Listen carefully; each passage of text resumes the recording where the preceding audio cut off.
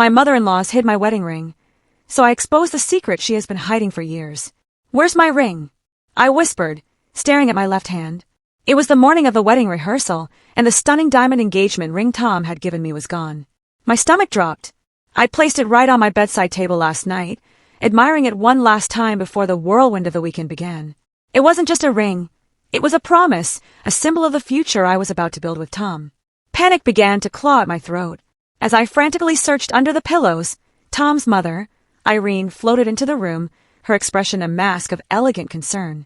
She surveyed my disheveled state and my frantic searching with a patronizing air. "Oh dear, did you misplace it, Grace?" she asked, her voice carrying a dramatic gasp that was just a little too loud. "How careless of you to lose something so precious, especially today." Her eyes, usually cool and calculating, now held a sparkle of pure malice. I felt my cheeks burn as her words hung in the air, already making me feel like a child caught in a mistake. The way she said careless made it sound like a judgment on my entire character, not just a lost piece of jewelry. I knew I hadn't been careless. My gut twisted with a sickening certainty, telling me this wasn't an accident. It was a deliberate, cruel act. And Irene was lying. The rehearsal dinner that evening was supposed to be a joyous occasion, but for me, it felt like an inquisition. I wore a simple silver band in place of the diamond, a blatant visual cue that something was missing. Irene made sure no one forgot it. As the guests mingled and laughed, she positioned herself near the largest groups, her voice a stage whisper designed to carry across the room. "Imagine losing something so precious before the vows are even spoken," she murmured to one of Tom's aunts, shaking her head with fake sympathy. "It makes you wonder if she truly understands the value of commitment." Every word was a tiny, sharp needle jabbing at my composure. I could feel the eyes of the entire family on me, a mixture of pity and smug disapproval. They were watching to see how the outsider would handle this test. Tom, bless his heart, noticed my distress and put a comforting hand on my arm, but his expression was more embarrassed than angry. He seemed more concerned with the social optics of the situation than the possibility that his mother had intentionally humiliated me. His lack of outrage was isolating. I was surrounded by people, yet felt completely alone, framed in their collective gaze as the irresponsible, careless bride who wasn't worthy of their perfect family's traditions. When the last guest finally left, well past midnight I couldn't sleep. The dinner had been a carefully orchestrated performance, and I was determined to prove Irene's accusation of carelessness was false. I stayed up until 2 a.m., retracing every step I'd taken in the last 24 hours inside their sprawling, impersonal mansion. I checked the rehearsal venue, the guest suite, the pockets of the dress I'd worn, and even the absurdly oversized floral arrangements. Nothing. The ring had vanished without a trace, almost as if it had been spirited away by a ghost. Exhausted and defeated, I decided to venture into Irene's private study, a room usually locked and off-limits. I told myself I was just desperate, but deep down, I was searching for proof of my suspicion. The room was predictably immaculate, every object in its assigned place. I glanced at her antique vanity table, a heavy piece of mahogany that held her collection of perfumes and silver brushes. And that's when I saw it. Amidst the fine dust motes illuminated by the weak moonlight, there was a faint, clean circular mark on the polished wood. A perfect impression, like something of a specific size and weight had been resting there very recently, and then carefully removed. It was the exact size of my engagement ring box. My blood ran cold, and the last shred of doubt about Irene's involvement evaporated. The next morning, the subtle hostilities continued, confirming my growing certainty that this was a family operation, not just a mother-in-law's petty jealousy. Tom's sister, Maya, was particularly cutting during the casual brunch. As she buttered her toast with exaggerated slowness, she looked directly at my ringless finger and offered her unsolicited advice. "Maybe you're just not ready for marriage, Grace," she drawled, a smirk playing on her lips. "If you can't handle something as simple as keeping track of a piece of jewelry, how are you going to handle our family?" Her tone was casual, yet the message was loud and clear: you don't belong here. The whole family watched my reaction, their expressions a carefully curated blend of feigned concern and thinly veiled amusement. It was a test, a deliberate hazing ritual designed to see if I would break, crumble, or simply retreat. They wanted me to confirm their bias, that I was too common, too careless, too much of an outsider for their elevated social circle. I realized with chilling clarity that this wasn't just Irene's plot. The entire clan, Tom's father, Harold, his sister, Maya, and even Tom's distant cousins, were all in on it, actively participating in my humiliation. They were an entire wall I was meant to break myself against. But instead of breaking, a cold, hard resolve began to form within me. If they wanted a test, I would give them one they would never forget. The emotional breaking point came later that day during the final walk-through rehearsal at the church. Everything was perfectly set, the flowers, the music cues, the lighting, everything except the atmosphere surrounding me. As we practiced the exchange of rings, Irene seized her moment for maximum cruelty.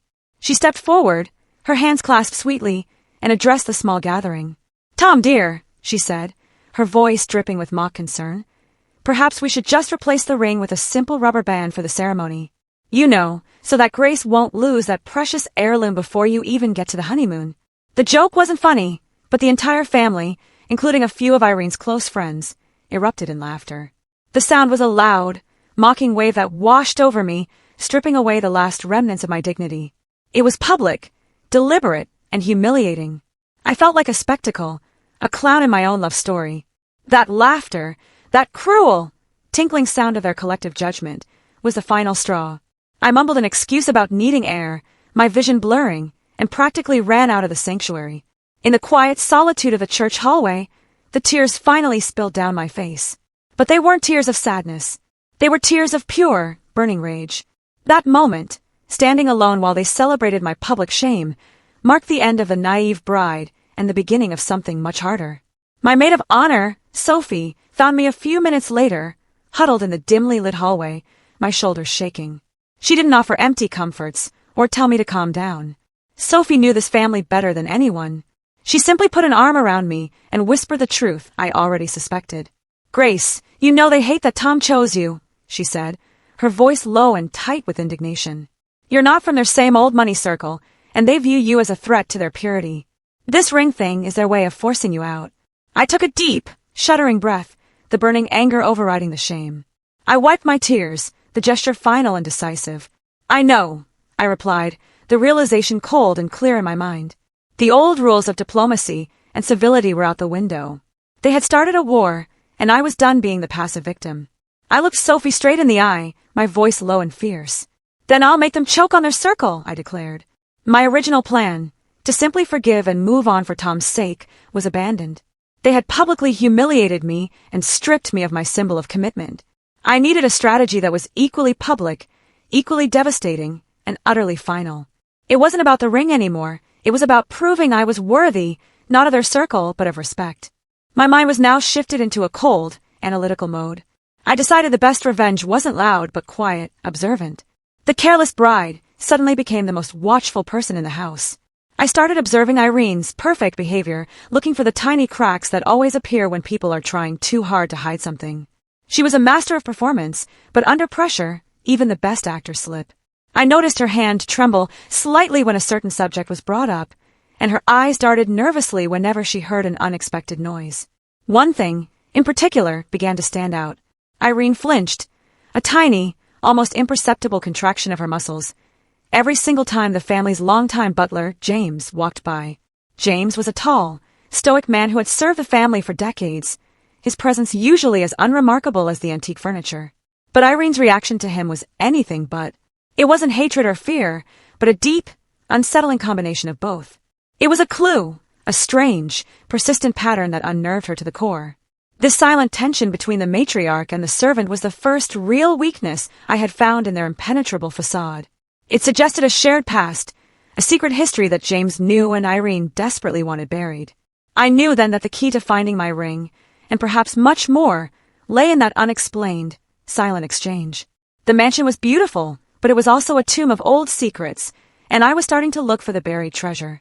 My search shifted from my lost ring to anything that connected Irene and James. I started helping out with small, unexpected tasks after the family finished their meals, offering to clear the table or tidy up the parlor. Irene, who usually guarded her domain fiercely, tolerated it, perhaps viewing it as a sign that I was finally trying to earn my place. One afternoon, while I was clearing up a brunch setup in the sunroom, I found it. Hidden behind a heavy, ornate ceramic vase, the kind that probably cost more than my first car, lay a tiny gold key. It was old, clearly not for a modern lock, and engraved with two simple, elegant initials. CM. I quickly slipped it into my pocket, my heart racing. The initials didn't match anyone in Tom's immediate family, or any of the current staff. CM was an unknown variable, a breadcrumb leading away from the rehearsed scripts of the Cole family.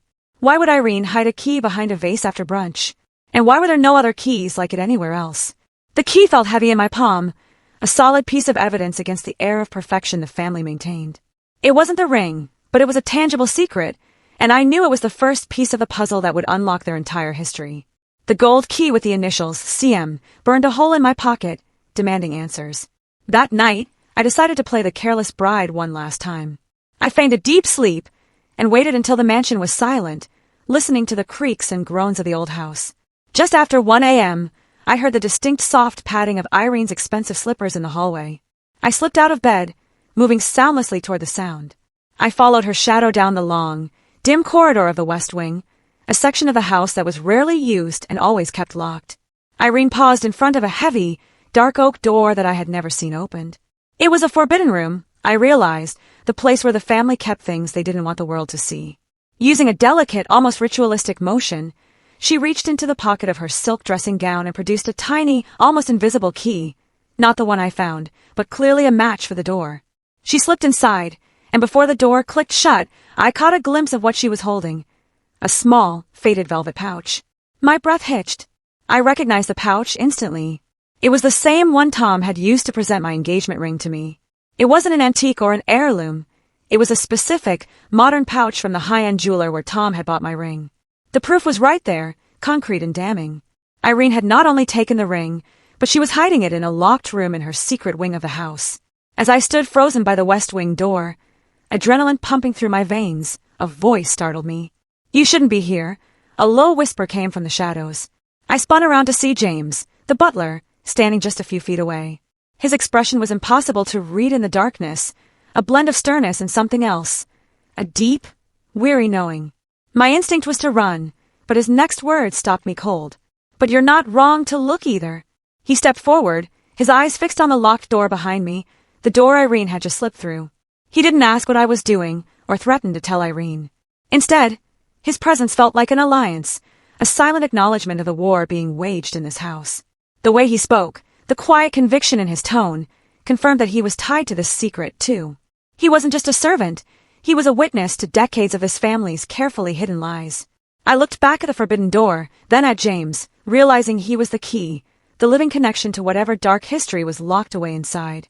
If you're finding this unraveling of family lies compelling, please subscribe to the channel and hit the like button for more true revenge stories. I knew I had stumbled onto something much bigger than a missing engagement ring. I was about to peel back the layers of a deception that had been running for years, maybe even generations, and James was the only person who could help me. The next morning, James approached me discreetly while I was having a solitary breakfast in the kitchen. He poured my tea with his usual precise movements, but his voice, a low murmur only I could hear, was urgent. "We need to talk," he said, without looking up. He arranged to meet me that afternoon in the garden shed, a forgotten corner of the estate no one ever visited. When we met, shielded by dusty tools and the scent of old fertilizer, James finally broke his decades-long silence. He revealed a family scandal that had been buried with the same ruthless efficiency Irene was trying to bury my ring. It involved Irene and a man named Charles Morgan, the CM from the Key. Years ago, before Tom was born, Irene had carried on a passionate, secret affair with Charles, a man outside her husband Harold's social circle. The scandal had nearly ruined the family, James explained, as he had been the one force to clean up the mess and ensure total silence. "Your missing ring," he concluded, his eyes sad and distant, "isn't the first thing she's hidden. She hides anything that connects her to a secret that threatens her status, and she is very, very good at hiding things." His words confirmed my deepest suspicion. Irene's current actions were not random malice, but a deeply ingrained, almost compulsive pattern of burying the truth. My ring was just the latest casualty in her lifelong campaign of deception. James didn't stop at a confession, he provided the evidence. He reached into his worn tweed jacket and slipped me a small, heavy object wrapped in a silk handkerchief, an old leather-bound diary. "She left this behind during a move decades ago," he whispered, his eyes scanning the shed door nervously. I kept it, knowing that one day someone might need the truth it holds. The diary, bound in faded crimson leather, was Irene's, dating back to the late 1980s. I eagerly opened it, my hands almost shaking. The elegant script within detailed a passionate, reckless affair with Charles.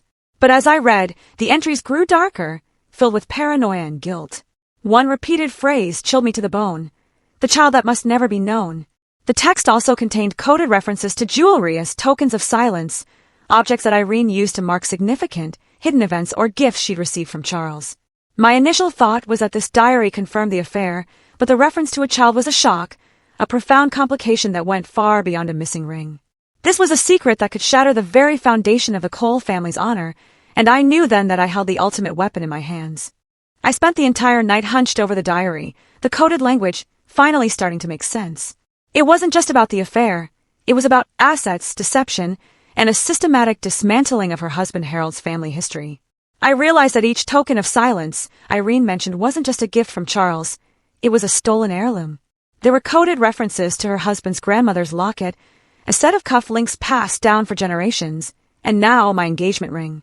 The pattern was clear.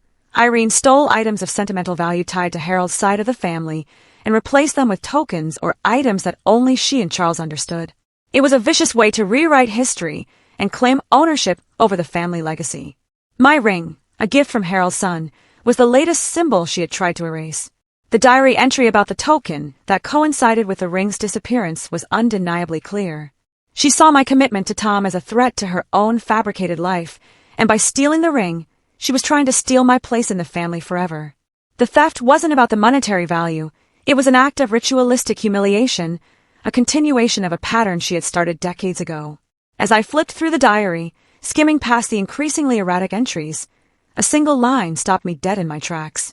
It was dated September 1989, a few months after Tom was born. The elegant handwriting was filled with a mix of fear and strange pride.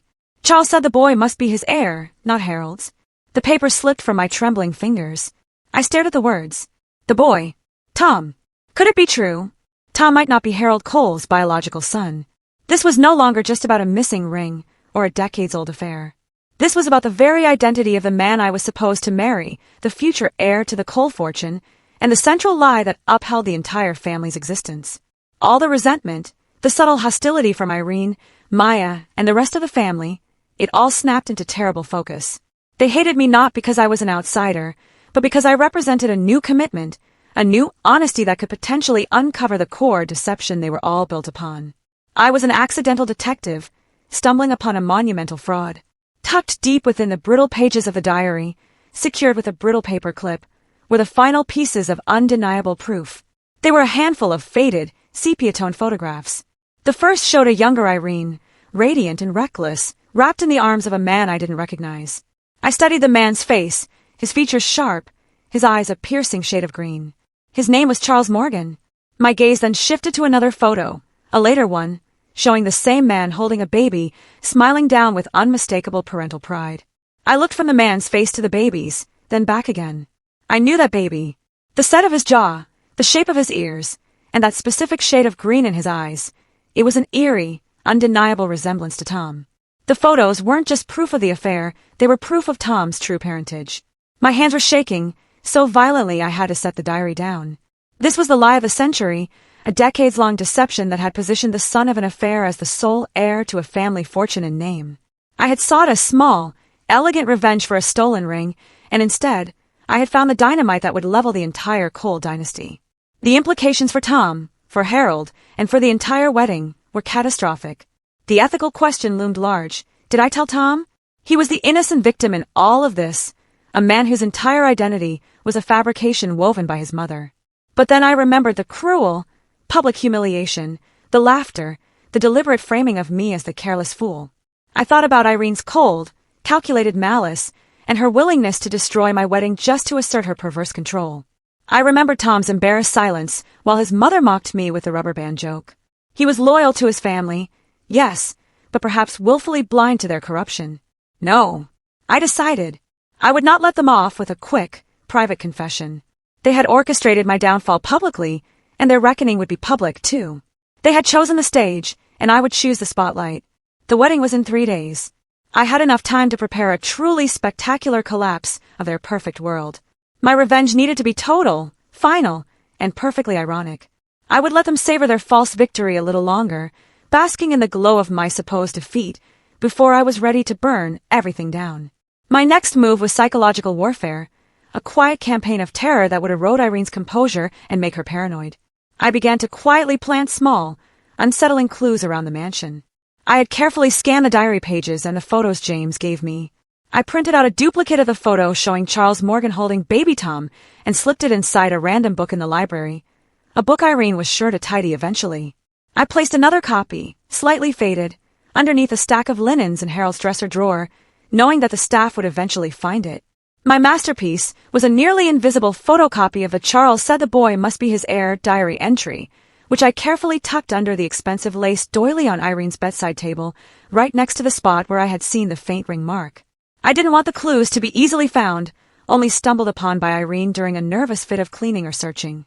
I wanted the seeds of paranoia to germinate slowly, forcing her to question her own sanity and the security of her decades-old secret. The knowledge that someone, or something, was watching her and finding her hidden pieces was the first step toward her downfall. My psychological planting paid immediate, chilling dividends. The atmosphere in the mansion, already tense from the wedding planning, became suffocatingly paranoid. Irene, usually a pillar of effortless composure, started snapping at the staff for the slightest misplacement of objects. I watched her frantically check the locks on doors she never usually worried about and saw her rummaging through drawers that had been immaculate just hours before. She was searching for the things I had planted, but finding them was only confirming her worst fears. The perfect mask was cracking. Tom, perpetually oblivious, noticed the change. He found his mother one afternoon, wiping down an already clean surface with frantic energy. "Mom, what's wrong?" he asked, his voice laced with confusion. "You seem stressed. Is it the seating chart?" Irene visibly recoiled, her eyes wide and panicked. "Nothing you need to worry about, Tom," she hissed, her voice sharp with sudden aggression. "It's just, the staff has been careless. Things are going missing. Don't worry your head about it." Her lie was automatic, designed to protect her perfect image, but the hysteria underneath was unmistakable. She was trapped, and her fear was now palpable. It was time for the final, devastating test. I had the real gold key labeled CM, but I created a small, empty, velvet-lined box and printed a discreet label for the top. CM, final token. I deliberately left this box inside the family safe, an imposing antique iron monstrosity that only Harold and Irene had access to. I knew that after days of searching, Irene's paranoia would drive her back to the one place she believed was secure. I waited. Within hours of the safe being opened, a subtle, metallic clunk that echoed through the quiet halls, Irene's mask shattered entirely. I heard her shriek from the study, a raw, uncontrolled sound of pure terror. "How did this get here?" she screamed. I rushed into the hallway with the rest of the family, playing the concerned future daughter-in-law. Irene was standing by the safe, clutching the small box, her face pale and distorted with shock. Harold, Tom, and Maya all stared at the small object in her hand. Everyone was frozen, confused by her extreme reaction to an empty box. Her hysteria was proof that the initials CM had the power to make her unravel, and that someone was getting close to the secret that had sustained her family for decades. The stage was set for the grand finale. That night, Irene's panic reached a fever pitch. I knew she would seek consultation with her co-conspirator, whoever Charles Morgan was now, or whoever was helping her maintain the lie. I quietly slipped out of my room and hid near the study door, the thick mahogany providing some cover. The study was dark, but I could hear Irene's low, frantic voice on the phone, a sound like dry leaves rustling. "I don't know how he found out," she hissed, the formal mask completely gone. "Someone is planting things. The box, it was in the safe. If anyone finds out about Charles, we're finished. Everything goes away. The house, the money, the name, everything." She sounded desperate, trapped, and utterly terrified. I held my phone pressed against the door, hitting the record button. The recording captured her voice, the confirmation of the affair, the panic, and the clear admission that the secret was tied to the family's entire financial and social standing. The quality wasn't perfect, but the emotional truth was undeniable. I had the motive, the evidence, and now, the recorded admission of guilt. They had taken my small, precious symbol of commitment. Now, I had the power to take away their entire history. The morning of the wedding was surprisingly calm. My hands, which had trembled earlier in the week, were steady as I got dressed in my simple white gown. All the fear and uncertainty had been replaced by a cold, sharp focus. I had spent the early hours of the day meticulously preparing my final assault. I transferred the phone recording, The high-resolution scans of the diary entries, and the photographs of Charles and baby Tom onto a secure, encrypted flash drive. A tiny weapon of mass destruction. I was an observer now, watching the final act of a play I had secretly rewritten. The wedding was no longer a celebration of love, it was the ultimate stage for poetic justice. Irene had used the wedding rehearsal to publicly humiliate me. Therefore, the wedding reception would be the site of her public execution. She had stolen a piece of jewelry to silence me, and in return, I would reveal a secret that would silence her forever. The elegance of the revenge was in the irony, the destruction of her life at the moment of her son's supposed triumph. I slipped the tiny flash drive into a discreet pocket sewn into my dress. This was the moment I had been planning for, and I was absolutely ready. The bridal suite was a hive of nervous energy, but I was the calmest person in the room. My wedding ring was still missing, of course. I wore a simple gold band on my finger instead, a temporary placeholder that screamed of the incident to anyone who knew the story. Tom had tried to give me a replacement diamond, but I had refused, saying I wanted to wait until the original was found. I couldn't accept a symbol of a lie, and the placeholder served as a constant, quiet reminder of the betrayal. Sophie, my maid of honor, adjusted my veil, her eyes meeting mine in the reflection of the mirror. She knew my secret. I had shared the plan, omitting only the true identity of the child. She knew the fire I was about to set. "Ready," she whispered, her own hands trembling slightly with anticipation. I looked at my reflection, not seeing the blushing bride but a warrior. My eyes held the quiet confidence of someone who knew the exact outcome of a battle that everyone else believed I had already lost. "More than ever," I replied, the smile that touched my lips completely genuine. I was walking down that aisle not to a marriage, but to a victory. The ceremony itself was a blur of polite smiles and carefully curated family portraits. I spoke my vows to Tom with genuine sincerity, but my focus was sharp, my mind already rehearsing the coming climax. The true event was the reception. During the dinner service, the champagne flowed, and the atmosphere was thick with the Cole family's self-congratulation. Then came the toasts. As the matriarch, Irene saved her speech for last, waiting until every guest's attention was fully hers. She stood, holding her crystal flute, and raised it high. Her eyes, cool and triumphant, briefly met mine. "Here's to purity, loyalty, and family honor," she proclaimed, her voice ringing with false virtue. The family cheered, basking in the glow of their perfect image.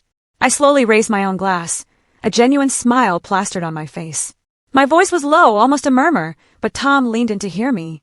"Interesting choice of words, Irene," I replied, a chilling undertone in my voice. She didn't catch the malice, only the surface politeness. She took her seat, smugly believing she had successfully put the careless bride in her place.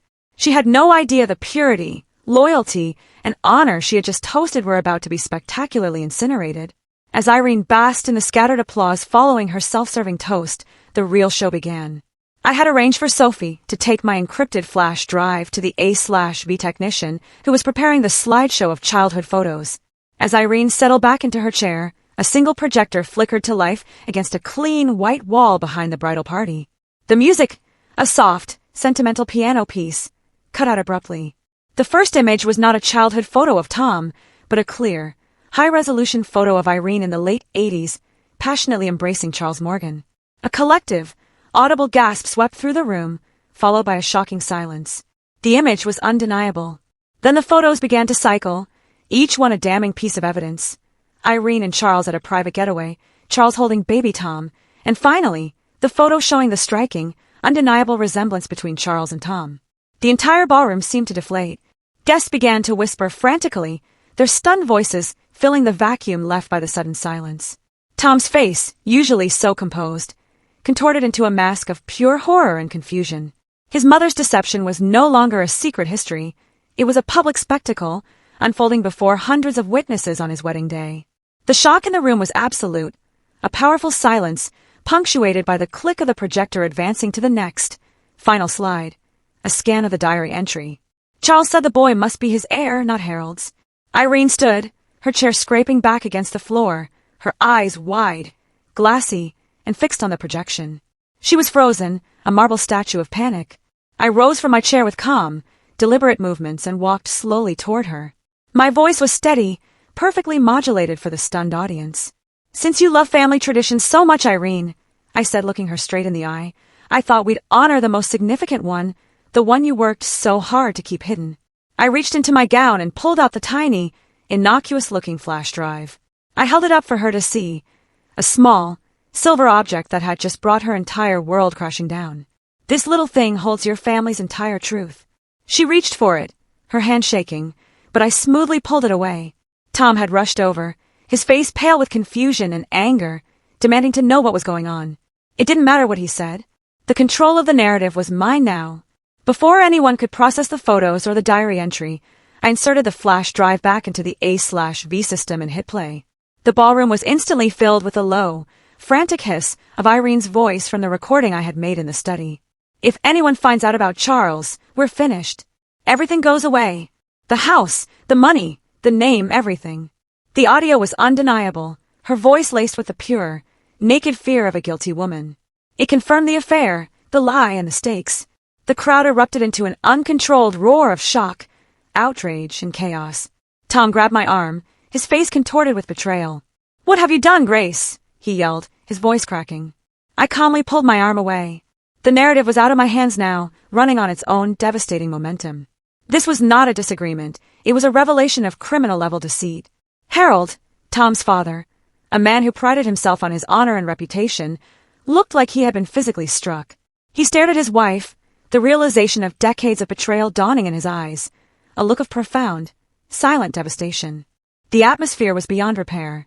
People were shouting, guests were leaving, and the Cole family's perfectly maintained facade was violently disintegrating. In the middle of the chaos, I executed the final, elegant move of my revenge. I reached into my other pocket and pulled out the small, faded velvet pouch Irene had carried into the forbidden room. I walked back to the head table, where all eyes were fixed on the source of the destruction. With a theatrical flourish, I opened the pouch and poured out its contents onto the pristine white linen tablecloth. My engagement ring, the brilliant diamond Tom had given me, the very ring Irene had stolen, sparkled under the chandelier lights. I placed the empty pouch next to it, the symbol of Irene's secret room and her compulsive need to hide truth. And guess what else she was hiding? I asked the stunned audience, my voice ringing with a chilling finality. The sight of the ring, coupled with the recording, was the ultimate proof of her pettiness and cruelty. She had stolen a piece of jewelry to publicly brand me as careless, only for that theft to lead me directly to the massive lie that was her entire life. The family collapse was immediate and total. Harold, a man of deep, if misguided, principles, turned on his heel and stormed out of the reception hall without a word. He didn't even look at Tom. The remaining guests, horrified by the scale of the scandal, began to leave in a stunned, silent exodus. The grand wedding reception was over, replaced by a crime scene of destroyed reputations. I watched Irene, the powerful, controlling matriarch, the woman who had spent a lifetime crafting the perfect image, now looked like a ghost. All the power had drained from her face, leaving behind a hollow shell of disbelief and terror. Her entire empire, her social standing, her husband's respect, her reputation for purity, was gone, annihilated by a few photos and a single recording. She collapsed back into her chair, silent tears of defeat running down her carefully made-up face. My revenge was complete. It wasn't loud or violent. It was precise, surgically executed, and perfectly just. I had promised to make them choke on their circle, and I had delivered. The scandal was too explosive to be contained within the wedding venue. By the next day, the story had made headlines across all the major society columns and local news outlets. Matriarch's affair exposed at son's wedding. Heir to fortune, not biological son. My name, Grace, was trending online, linked to the phrases wedding day expose and ultimate revenge. The public reaction was mixed, a predictable split between those who praised my audacity and courage and those who were shocked by the public destruction of a family. They called me a mercenary, a monster, and a hero. But I didn't care about the labels. I watched the news reports from a quiet hotel room, sipping coffee, feeling only the quiet, profound satisfaction of justice served. The cost of my humiliation was now the total annihilation of the Cole family's honor. I had faced their orchestrated, public cruelty and responded with a truth that was far more potent and destructive than any lie. The aftermath with Tom was painful, but inevitable. He tracked me down at the hotel the following morning. He stood in the doorway, his eyes red-rimmed and filled with a devastating combination of anger and profound grief. "I just want to thank you," he whispered, his voice broken, "for showing me who they really are." I didn't offer comfort. I didn't apologize for his pain. I had told him the truth that morning, standing by my decision with a clear conscience. "No, Tom," I replied, my voice cool and even. "I showed you who you are when you stayed silent. You saw your mother humiliate me, you felt your family's toxicity, and you chose to protect their illusion instead of protecting the woman you supposedly loved. I had given him every opportunity to stand up for me, to question his family's cruelty, and he had failed. The silence between us confirmed the end of our future. I simply turned and walked away, leaving him standing in the doorway of the hotel room. There were no tears, no dramatic shouts, just the quiet, final victory of walking into my new, unburdened freedom. The implosion of the Cole family was swift and irreversible. Within weeks, Harold Cole, a man whose life was built on his good name and his belief in his family's purity, filed for divorce from Irene. The grounds were simple and brutal: emotional distress and marital fraud, citing the public evidence I had provided. Because of the nature of the revelation, that Tom was not his biological son and the heir, Harold was able to protect the bulk of the family's assets, ensuring they passed to legitimate Cole relatives, not Irene's secret bloodline. Irene lost her wealth, the stately mansion she had ruled for decades, and her position as a society matriarch. She was stripped of the very things she had spent a lifetime lying to secure. The perfect family disintegrated, leaving behind a trail of lawsuits, public scorn, and shattered reputations. Maya, Tom's sister, suddenly found herself ostracized from the social circles that had once been her lifeline. The judgment the family had passed on me, the careless outsider, was now the judgment of the entire world on them. Weeks after the divorce papers were filed and the Cole assets were being divided, a small, unmarked envelope arrived at the temporary apartment where Irene was staying. It had no return address, no postmark, and no message. Inside, lying against the plain white paper, was a single, small object, the tiny, gold key engraved with the initials CM. I knew immediately who had sent it: James, the butler, quietly observing the final stage of the reckoning. He had delivered the key to me, the means to unlock the initial secret, and now he was delivering it back to Irene as a silent, final judgment. No note was needed. The key was a symbol of her life's great secret, a tangible reminder of the affair that had birthed all the lies and the daughter-in-law who had used it to lock away her future. The silence of the package was the cruelest form of punishment. It meant Irene was now alone, her conspirators gone, left with nothing but the artifacts of her own destruction. My next public act was one of final, restorative closure. I donated the engagement ring and several other family jewels that James confirmed were linked to Irene's, tokens of silence, to a local women's shelter fundraiser. It was a high-profile event attended by many of the same society figures who had watched the wedding fiasco. As I stood on the podium, I kept my speech simple, clean, and focused on empowerment, not revenge. "I am donating these beautiful but complicated pieces of jewelry," I said, holding up the glittering engagement ring one last time, "because sometimes what is stolen from you becomes the source of your greatest strength. These jewels will now help women build a life based on honesty and self-worth, not deceit." The audience stood and cheered. It was a beautiful, elegant reversal. The stolen ring, the symbol of my humiliation, was transformed into a tool for helping others escape the very kind of emotional and financial manipulation Irene had specialized in. My justice was not just for me, it was a public stand for all women betrayed by a system of lies. The notoriety from the wedding exposé, initially a liability, quickly became my greatest professional asset. I started a consulting firm, specializing not in family therapy, but in uncovering complex familial fraud and hidden assets, the very skills I had honed during my revenge plot. My unique, high-stakes experience gave me an almost mythical reputation. My first major client was a businesswoman who believed her in-laws were hiding assets during a high-net-worth divorce. She looked at me, a woman who had brought down a decades-old family empire with a flash drive and a diary, and knew she was in the right hands. My business thrived. I realized that my ability to spot the CM clues, to read the flinch in Irene's eyes, and to execute a strategy under immense emotional pressure was a rare and valuable skill. I was a professional truth seeker, and I was finally building a life that was entirely my own, unburdened by secrets or borrowed wealth. Months later, Tom showed up at my new office. He looked thin, tired, and deeply humbled. He wasn't the polished, slightly arrogant man I had planned to marry. He was a broken man trying to put the pieces of his identity back together. "I just wanted to come by," he said, fiddling nervously with the wedding band he was still wearing. "I needed to thank you again. I've started therapy. I'm starting to see how deeply messed up everything was. You really did me a favor." I remained professional, sitting behind my desk, the symbol of my new independence. I appreciate the sentiment, Tom, I replied. But I didn't do you a favor. I paused, letting the weight of my words sink in. No, Tom. I showed you who you are when you stay silent in the face of injustice. You have to save yourself now. That's not my job. He understood. He left my office with a heavier step, but this time, he was walking toward his own truth, not away from it. The final pieces of Irene's downfall played out like a Greek tragedy on the evening news. Rumors swirled that she had tried to flee the country, attempting to liquidate what few personal assets she still controlled. The rumors were true.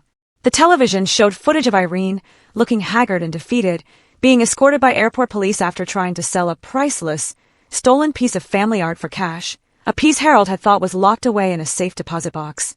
She was charged with various counts of fraud and attempted theft. I watched the clip on my apartment television, quietly sipping tea. The irony was sweet and potent.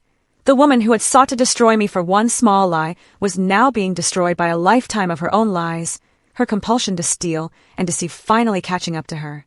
I changed the channel, not out of pity, but because the story was no longer relevant to my life. A few weeks later, an official-looking letter arrived, not from a lawyer, but from the foundation Harold Cole had established in the wake of the divorce. It was a formal notification, delivered by James the butler, who looked older but finally at peace.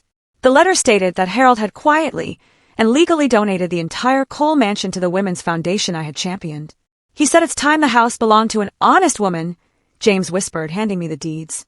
It was the final, profound act of justice. The very house where I had been humiliated, where the conspiracy was hidden, and where Irene had reigned supreme, was now under my control, to be used to help women find their own freedom. I visited the now empty mansion alone. It was silent, the air still and heavy with the ghosts of deceit. I walked through the grand halls, the echoes of past laughter and whispers of betrayal sounding hollow. I didn't see a home. I saw a monument to a lie. I walked into the West Wing, the area that had once been the seat of Irene's power. I stood before the forbidden door and opened it. The room was empty now, swept clean by the foundation staff. I stood in the middle of the room, looking at my reflection in the dust-coated window pane. The reflection was peaceful, unburdened, and undeniably powerful. The mansion was no longer a symbol of their superiority. It was a testament to my resilience. Before leaving the mansion for the final time, I reached into my pocket and pulled out the small, gold key engraved with CM. It was the key to the first secret, the initial crack that had led to the collapse of the entire facade. I slipped it onto a simple silver chain I wore around my neck, securing it with a decisive clasp. I didn't wear it as a trophy, but as a necklace, a personal talisman. It was a symbol of everything I had unlocked, my ex-fiancé's true parentage, his mother's decades of fraud, and ultimately my own profound strength. I walked out of the mansion and stood by the circular drive, the sun warm on my face. I looked back at the imposing structure, no longer feeling small or insignificant. The house was now a beacon for truth. They hid my ring, but I uncovered their entire past. And in the end, what I found was freedom. If you love this story, make sure you hit subscribe for more true revenge stories.